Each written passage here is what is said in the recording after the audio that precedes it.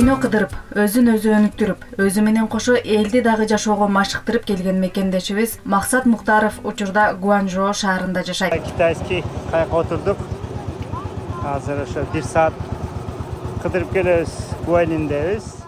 Кытайда ишкер, окутуучу, коуч болуп эмгектенет. Коуч деген ким? Коуч кыргызча айтканда адамдардын алдыга койгон мүдөө, ой максатына оңой жетишине көмөкчү болуп иштейт. Эгер сиздер максатыңыздарды бүгүн түшүнүп, максатыңыздарга жетсеңиздер, ошондо бай, бактылуу болуп, ийгиликтүү болсоңуздар, ким сүйүнөт? Албетте сиздер сүйүнөсүздөр, анан мен да кошо сүйүнөм. Коучинг дүйнөдө кеңири таралып, күч алып келе жаткан тармак. Мына ушул кесип менен азыркы тапта элибизге аралыктан сабак өтүп, уюштуруп келген Максат Муктаров менен Zoom платформасы аркылуу маектештик. Саламатсызбы? Эң алгач өзүңүз тууралуу маалымат бере кетсеңиз. Нара айылында Көкжар совхозу Нокат районунда төрөлгөнмүн 1981 жылы. Анан 94 жылы Бишкекке көчүп келгенмин. 68 мектепти бүтүргөнмүн Бишкекте. 98 жылы ошентип анан окууга баштап университетке Германияда окудум. Америкага которулуп, Америкада экономиканы бүтүрдүм. Гейдельберг университетте, англисчеси Heidelberg University. Ошол жакты бүтүргөндөн кийин Россияда 4 жыл иштедим. Анан Турцияда иштедим. Анан Кытайга келдим. Мындай айтканда өмүр баяным Германияда болду. Германияда Америкага которулдум, анан Россияга келдим, Турция, анан азыркы убакта Кытайда жашайм. Кытайда 10 жылдан бери жашайм. Айтып атпайсызбы, Германияда жүрдүм, Америкада. Эмне үчүн келип Кытайга токтолуп калдыңыз? Анткени Кытайдын келечеги бар, перспектива, анан балдарымды азыр кытайча билип, ал жактан жакшы билүүсүн каалап аткан үчүн азыркы тапта Кытайдамын. Анан менин бизнесим да Кытайда. Балдарыңыз учурда кайсы тилде сүйлөшөт? Балдарым учурда Кытай тилинде сүйлөшөт, кыргыз тилинде жана англис тилинде сүйлөшөт. Үйдө 3 тилде сүйлөшөт.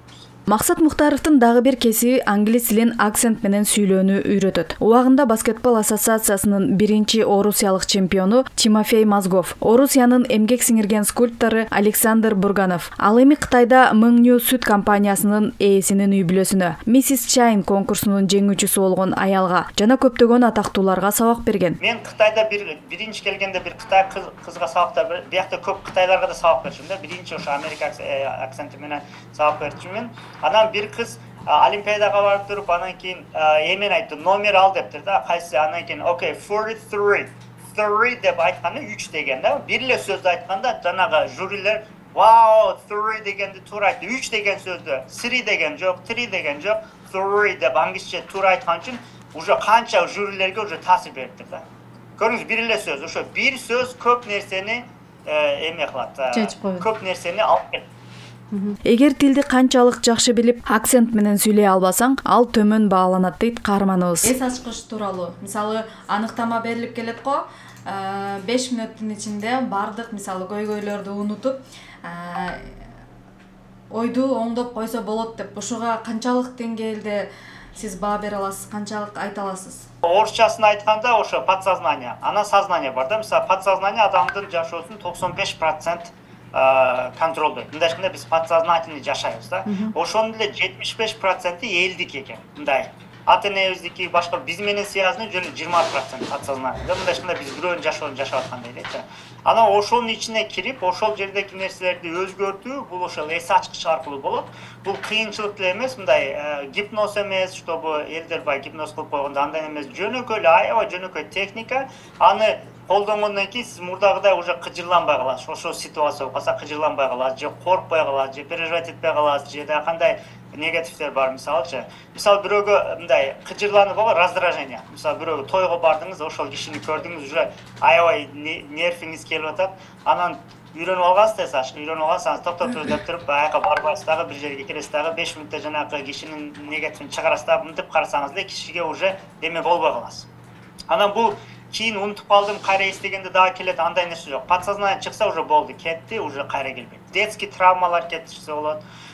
Психологдор айтат, детский травма аябай кыйын, канча жолу сессия кылыш керек, канча жолу андай эмес. Үйрөнүп алдыңыз, анан эң жакшы жагы, эс ачкычтын эң жакшы жагы, жанагы психологко барсаңыз же бирөөгө айтсаңыз, дардыңызды айтасыз, досуңузга айтасыз, дагы бирөөгө айтасыз, же психологко айтасыз, анан ичиңизде жаман нерсени айтышыңыз керек, ушакташышыңыз керек, ошону жамандашыңыз керек. Бүт ушундай жаман баягы психикага таасир бере турган жаман окуялар да болушу мүмкүн да адам баласындачы. Ошону айтканга кереги жок. аны ичиңизде эле калат, ошол эс ачкычтан эле ушундай кыл ушуну эсте дегенде, ал эстегениңизди биз билбейбиз да, сыртта турган адам.